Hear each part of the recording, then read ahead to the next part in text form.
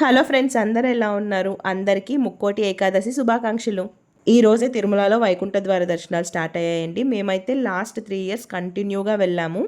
ఇప్పుడు నేను వెళ్ళకూడదు కాబట్టి టికెట్స్ అవి బుక్ చేసుకోలేదు. మేబీ నెక్స్ట్ ఇయర్ ఆ స్వామి అనుగ్రహంతో మళ్ళీ ఆ అదృష్టం దొరుకుతుందని అనుకుంటున్నాను. సో ఇంకా ఇంట్లో నైవేద్యంగా పెట్టడానికి పరమాన్నం అయితే తయారు చేశాను. ఎప్పుడైనా తినాలనిపించి చేసుకుంటే అంత టేస్ట్గా రాదు, కానీ బట్ ఇలా ఫెస్టివల్స్ టైంలో ఎప్పుడైనా నైవేద్యంగా చేసినప్పుడు మనం టేస్ట్ కూడా చూడం కదా, అయినా సరే చాలా అంటే చాలా పర్ఫెక్ట్గా వస్తుంది అనమాట. సో వన్స్ దేవుడికి నైవేద్యంగా పెట్టిన తర్వాత ఆ టేస్ట్ అట్లాగే వచ్చేస్తుంది. నాకు కొంచెం కోల్డ్ చేయడం వల్ల వాయిస్ అది కొంచెం డిఫరెంట్గా ఉంది. సో అడ్జస్ట్ అవ్వండి. ఒక్కొక్కసారి ఒక్కోలా ఉంటుంది నీ వాయిస్ అనుకోకండి.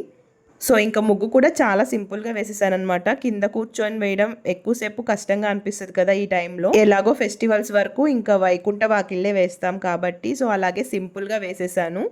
వెంకటేశ్వర స్వామికి పిండి దీపం అంటే చాలా ఇష్టం కాబట్టి అది కూడా రెడీ చేసేసుకున్నాను. ఇంకా నా దగ్గర ఉన్న పూలు అవన్నీ పెట్టి స్వామివారిని చక్కగా అలంకరించుకొని పూజ అయితే చేసేసుకున్నానండి. ఈ ముక్కోటి ఏకాదశి రోజు పూజ చేయడం ద్వారా మనకి 3 కోట్ల సార్లు పూజ చేసిన ఫలితం అయితే లభిస్తుందండి. సో ఇంకా నేను ఉపవాసం లాంటిది ఏమి ఉండలేదన్నమాట. ఈ టైంలో అలా ఉంటే హెల్త్కి అలాగే బేబీకి మంచిది కాదు కదా.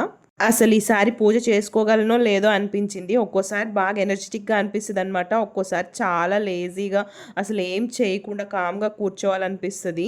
మొత్తానికి ఆ స్వామి అనుగ్రహంతో ఈరోజు పూజ అయితే చక్కగా కంప్లీట్ చేసేసుకున్నాను. మనందరిపైన స్వామివారి అనుగ్రహం ఉండాలని మనస్ఫూర్తిగా కోరుకుంటున్నాను. Thanks for watching. నెక్స్ట్ వీడియోలో కలుసుకుందాం.